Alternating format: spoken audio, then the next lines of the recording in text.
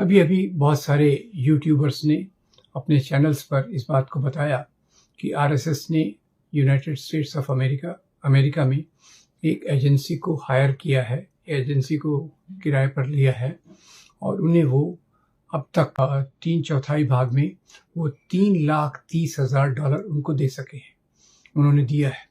अब आरएसएस के spokes person जो उनके प्रवक्ता हैं आम्बेकर, उन्होंने इस बात से इनकार किया है।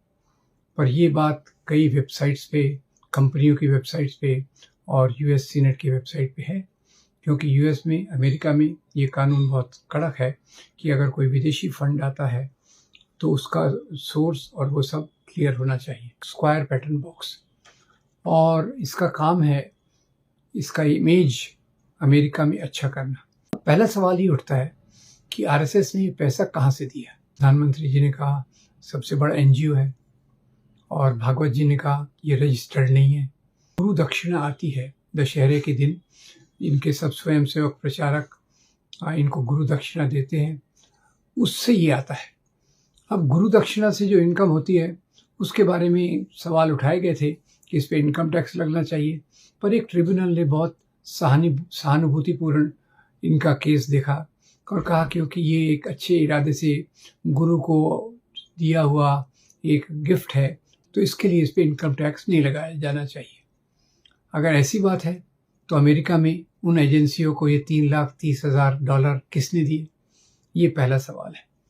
दूसरा सवाल ये है कि अमेरिका में जो भारतीय अप्रवासी नॉन रेसिडेंट इंडियंस जो वहाँ हैं, वो ज़्यादातर उनमें से कई लोग आरएसएस के बहुत बड़े हिमायती हैं, बहुत बड़े उनके सपोर्टर्स हैं। तो किसने पैसा दिया होगा? आरएसएस को इस समय अमेरिका में अपना इमेज, अपनी जो छवि बनाने की ज़रूरत क्यों पड़ी, जिसके लिए उन्होंने इतनी बड़ी रकम एक एजेंसी को दी है। यहाँ वैसे मैं बताता हूँ, छवि बनाने के लिए बहुत लोग पैसा खर्चा करते हैं, और नरेंद्र मोदी जी जब गुजरात के मुख्यमंत्री थे तो 2007 के चुनाव के पहले उन्होंने खुद का एक छवि बनाने के लिए एक अमेरिकन एजेंसी एप्को को लिया था, जिसके बाद एप्को ने इनको सलाह दी कैसे अपना इमेज बनाया जाए।